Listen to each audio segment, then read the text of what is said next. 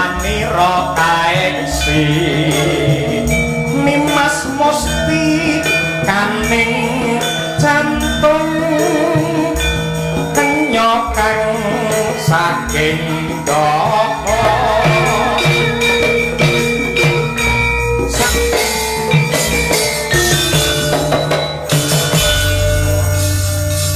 nganti kaya ngono kuwi lho Nduk niken pakmu gemati karo sampeyan nganti tak gaweke tembang Putri Ndaha iki khusus spesial kangge panjenengan. Alhamdulillah matur sembah nuwun, Pak. Nggih. Tur iki yen diwaca mudhun iki ya jenengmu iki. Nggih. Asmamu Sandiasma. Heeh, Dimas niken Salindri. Di kuwi Dimen Budaya Ngrembaka. Mas Sinanglir Cahyanira kaeksi. Nah. Nimas Musti kaning jantung. Kenyokang saking Ndaha sawirengreh nembang beksa wis kacakup Lin nambaran sih kawelasan apa Pak? Lin nambaran Jiwatama. Terakhir Driya Sumarak mring Gusti. Saiki coba pangkurna maca pat ayo tembangno. Nano ngono kae ayo Timen putara bakat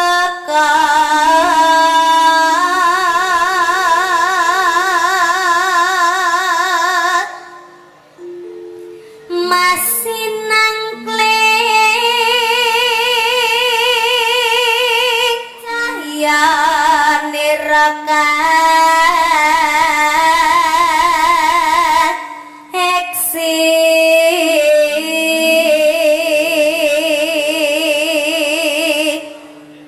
iki gambar apa Pak? apa? Iki lho Pak sanuke iki gambar apa iki Pak? Sing diku aja ndeloki gambar-gambar liyane tulisane tok ae gambar-gambar wong muda kok deloki ngawut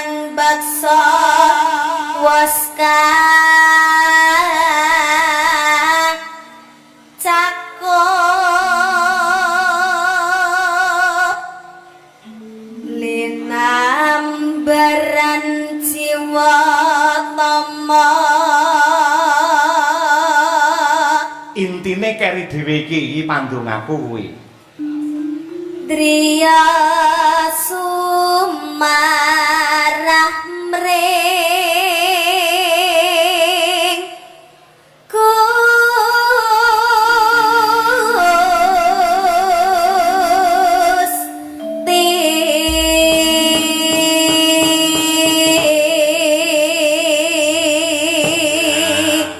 kagem para fan berat Niken Salindri nyuwun tepuk tangan untuk Niken Salindri ya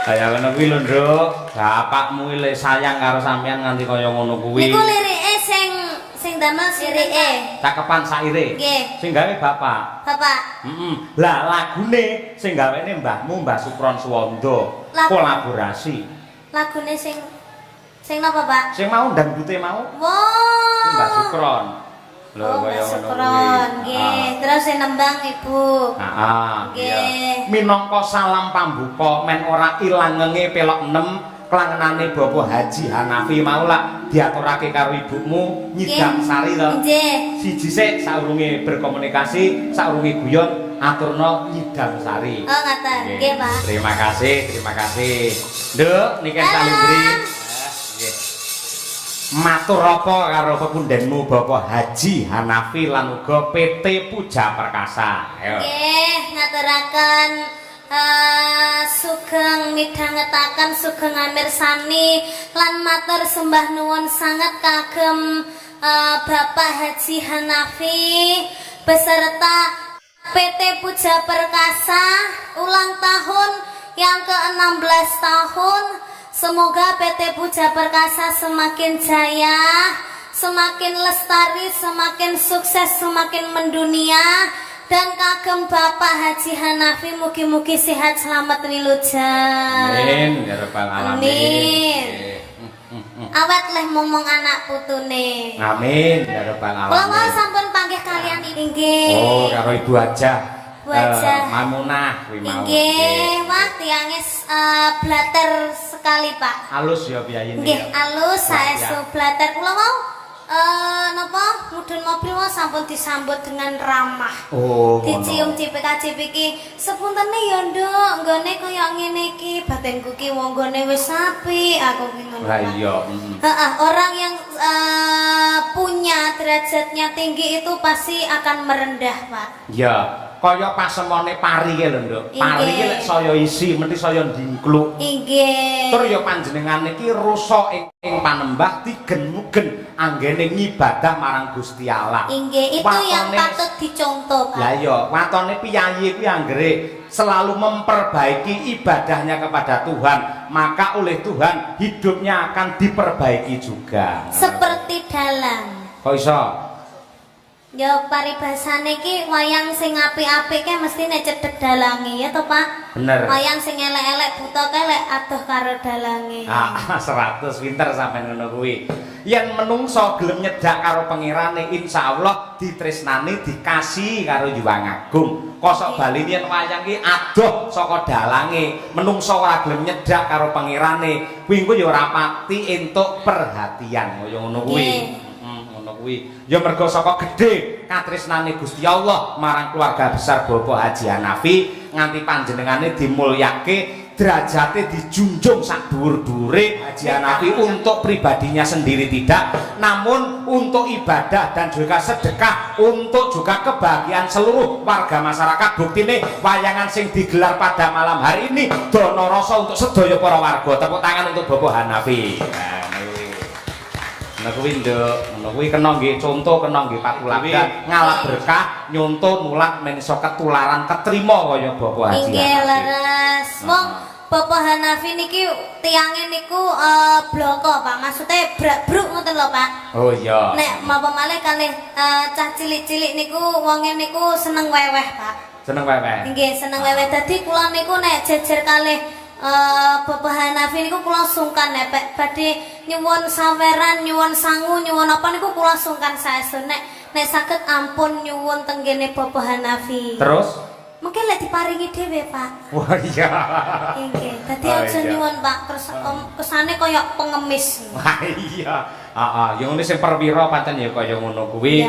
Sing intisarine ngene nduk, adoh-adoh sampeyan saka Kediri iki timbali nganti tekan kene iki supaya nglipur para warga masyarakat. Akeh banget pecinta sampeyan. Lek gur dalange Pak Cahyo mongko tanpa enek jenengan rung karuan penontonnya semene akeh. Lah nggih lho, Pak. Lah sampai YouTuber niku lho teng cerantol kaya memean ae. HP pememean ya jane.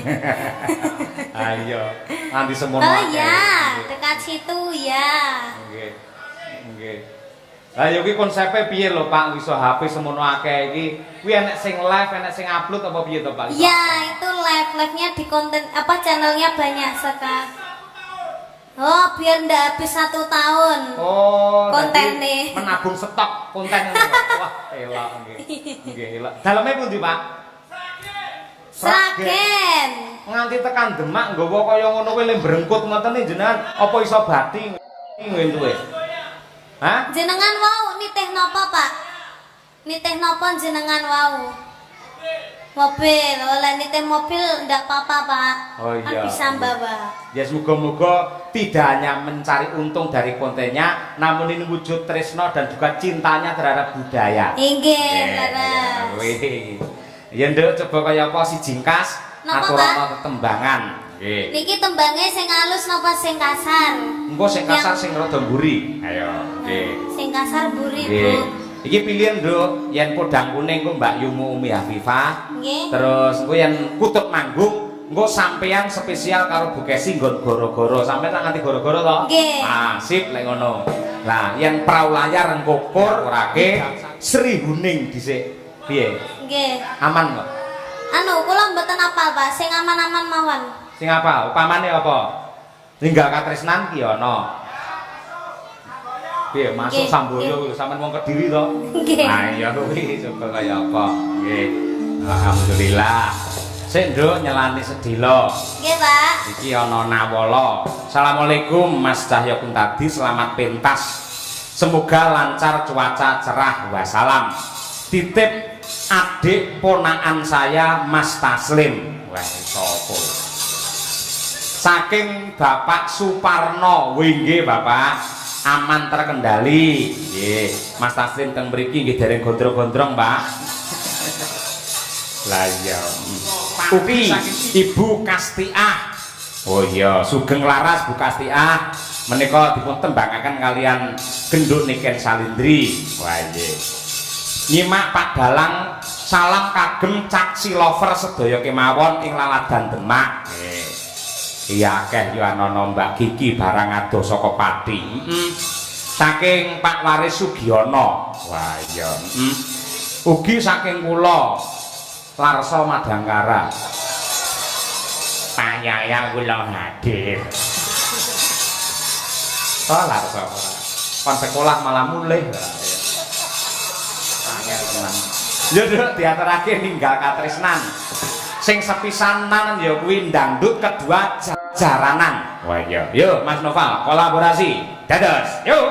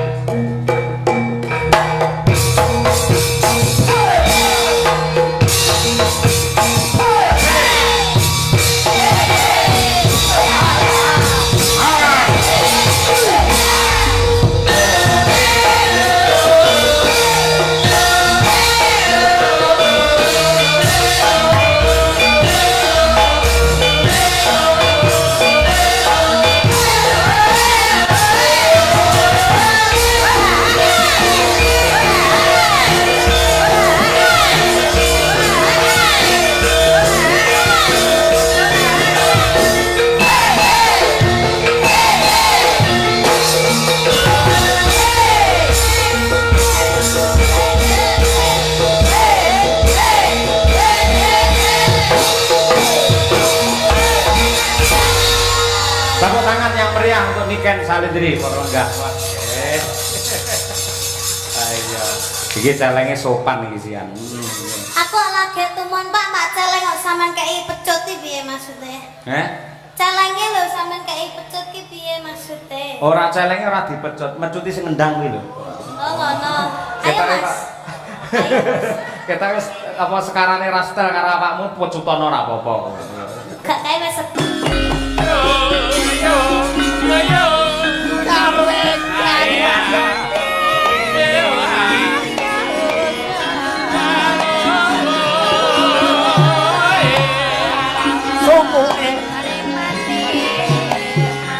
Sikarane ayo bangun bareng-bareng. Kayo sing rukun.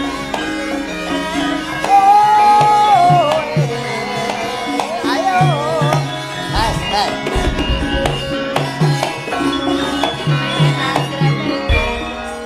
Mas Gareng. Kowe iki ngopo? Arep diterak sepur. Kok iso diterak sepur piye? Saka kono ki alus bareng tekan aku muncul kowe. Kuwi trisik. Kuwi ra. Oh, kirek. Wah. Trisik. Trisik nek cara penari ngono kuwi lho. Wong kok senengane. Ah, mula to sok meneh ki aja sok ngombe panas karo anyep bareng anyang-anyangen to kowe. Ngopo kok anyang-anyangan? Ngene iki. Kuwi menake jare Oh, ngono ya. menake jare. Aduh. Selamat malam, Nduk, Mbak Nika. Selamat malam Kang Mas. Sehat Bayu. ta? Alhamdulillah pangesune panjenengan pripun kabare panjenengan Kang Mas? Alhamdulillah sehat. Minal aidin wal faizin. Mohon maaf lahir dan batin. Salinan Tibos piye? padha-padha. Inggih Kang Mas, kula sing Dan. tasik nem kathah Nggih. lupute ngapunten dereng saged teng Solo. Ora apa-apa wong jenenge panjenengan jek sibuk ya kudu diramungke gaweane. Injih, Bakune dijaga alhamdulillah. kesehatane nggih sayu. Inggih Kang Mas, ya ampun, pun dangu kula mboten kepanggih panjenengan. Wah, aku wis ngarep-arep kapan to ketemu karo Nduk Niken kuwi? Lah, Lumantar Pak Jun kula karo sampean iso ketemu. Alhamdulillah. lillah. Kula jane nggih kangen sangat kalih napa Mbah Hanom. Nggih, ning niki Nggih. simbah durung dereng kepareng lenggah. Sok Wah, ngat- muga-muga iso ketemu meneh. Nggih, alhamdulillah. Nggih Nggih. mugi-mugi saged panjang yuswanipun Mbah Hanom nggih, Mas. Amin. Amin. Kula najan Dungane. kangen eram karo panjenengan apa malih kalih Nanda Salindri niku kula jan kangen banget. Nada saleh, ayo. Aku lah mau lho Mas. Jan Pripun? niki mau kula bunga lho Mas. Saestu, Bungane Mas. apa? Bungane apa cah? Kula tas napa jenenge tas Lagi lenggah teko. ta, nggih ta. Lah aduh, ini apa? Wis alal bialan karo Bayu. Iki luwih tuwa. Sabar innallaha masobirin. Aku dudu sobirin, aku gareng. Wong iki gentenan. Gentenan piye? Mbah, ngeten lho Mbah. Kula niku kan piyantune kan nggih alus. Ah. Alus. Dadi jenengan niku ampun grayah-grayah ngeten niku Loh, namanya aku- tidak sopan. Oh, iya, no. Itu namanya penghinaan. Loh, aku grayah. Aku sebagai wong wedok gak oleh digrayah-grayah ngene Loh, iki. aku grayah. Sabar. Sampeyan kudune ngenteni aku. Engko lek wis aku mari omong lagi sampean kok tak salimi. Ora terus sampean grayah-grayah ngene iki. Wes. Aku sebagai wong wedok ora trimo Mbah mbok ngonone Ya, kowe ora trimo. Kudune iki awak dhewe iki saling memaaf-maafkan. Mulih. Ngapa kok nesu ki ngapa? Bojoku ora tau nyeneni lho, iki bocah iki kok trincil kok kaya lampor. Kuwi ora nyeneni kuwi ngelingke. Minal aizin wal faizin, Lah, mohon maaf ngono lahir toh. dan batin. Ah. Muga-muga sampean sing tuwek diparingi umur sing cekak. Astagfirullahaladzim. Astagfirullah, umur sing panjang. Apa? Iki upama ora anakku no tak bacok tenan. Urusane iki apa? Ora wis tuwek umur cekak iki. Umur sing cepak panjang umur. Cetak panjang umur. Sampean ki sudah rungon berarti. Lah iya. Loh, Sepurane lho Mbah, ndek wingi jenengan apa nyebar undangan aku ora iso teko asine kuwi mau aku arep teko. Niki kan anake bibar napa? Putrane bar dadi manten. Nggih, dadi Nggih. manten. aja teko, Sepurane lho. aja kowe aja teko. Lah ngapa? Iki wae ora teko iki. Salahe kudune nek arep dadi manten arep mantu ki kudu ngabari kanca-kanca selone kapan manut karo kancane, ora sak karepe dhewe. kudune Ya kan ya, ya kan ya. Kudune Tasik. Ya, ora terus sak karepe dhewe. Kok Gaya sik, acara kok sak karepe Cara dhewe. ngendi? Lah aku kan Wong yo cara ngendi mantu kok manut tamu cara ngendi? lah ben tak tekani kok. Wis kowe ora teko ora masalah, sing penting nyumbang ngene. Ya tak sumbang wis. Pokoke Ora- angger sampean cepak baskom tak sumbang. Ya sok wis. Sok lek sampean anu tak sumbang dekor wis. Kok sapa? Sampean. Kono baskom kowe dekor. Heeh. Sapa sing arep mori putih sapa? Ya aja nesu ta, aja nesu Aku ta. mas aku kompak karo. Aja Kono, nesu ta. kono kok nyambut gede. Wong tuwa nek nesu ngono ya aja ta. Ora, ora. Aja digelani Cahayu. Nggih, Kang Cecak Mas. ana menatine rada anu. Inggih ayo Pakde didongakne dhisik. Iki acarane apa? Embuh. Alah, kena halal bihalal ya. Halal bihalal apa Mas? Niki halal bihalal keluarga ageng Pak Jun kalian warga Kedung Salam. Kedung Salam. Nggih. Kedung Salam. Bapak sinten? Junedi. Pak Junedi. Bapak Junedi. Pak Sando iki bocah iki saratane elek. Apa? Ayu-ayu senengane uthik-uthik kuping, uthik-uthik irung. Angger bar kuping terus irung, apa ora mambu we? Lah jare sapa angger bar kuping irong? Lho, Lah lah bar kowe. kuping mesti ilang kok. Malah Malah saya nemen. Wiwit cilik gilani cah yo. Ya ora to. Wah kok Biyen yo ngono kuwi. Cilikane lak ipel-ipel lemu ngono petuk aku. Pandegaren. wah kok Ngono ngejak salaman aku kok ora iso kok. Ning iki pancen yen ikan iki spesialis. Bocah apa? iki Dokter spesialis. Amin. maksudku ki punya kelebihan. Oh nggih. Nah, kelebihannya karena memang dari kecil dia sudah nggula mentah bab lelagon apa wae. Nggih. Nggih. Mila aku nyuwun tulung karo adhiku Niken awit dinten menika penyuwunan saking Pak Junedi Mbak Niken berduet dengan Pak Panglima. Nggih. Pak Panglima, Menika Bapak Majen nggih, Susilo, monggo. Panglima Divisi 2 Kostrad. Pak Sus, Monggo Pak Sus, pinarak wonten pemanggungan Pak Sus. Mboten Monggo. ngirangi penghormatan monggo kersa. Monggo. Iki Tintingane Mas Sigit, aku tak golekno. Nah. Monggo mriki. Monggo pinarak Bapak. Sabang di barat, Merauke di timur, masuk wilayah Indonesia. Aman dan tentram, sejahtera damai, itulah masuk Indonesia. Sadarlah, aku ingin damai.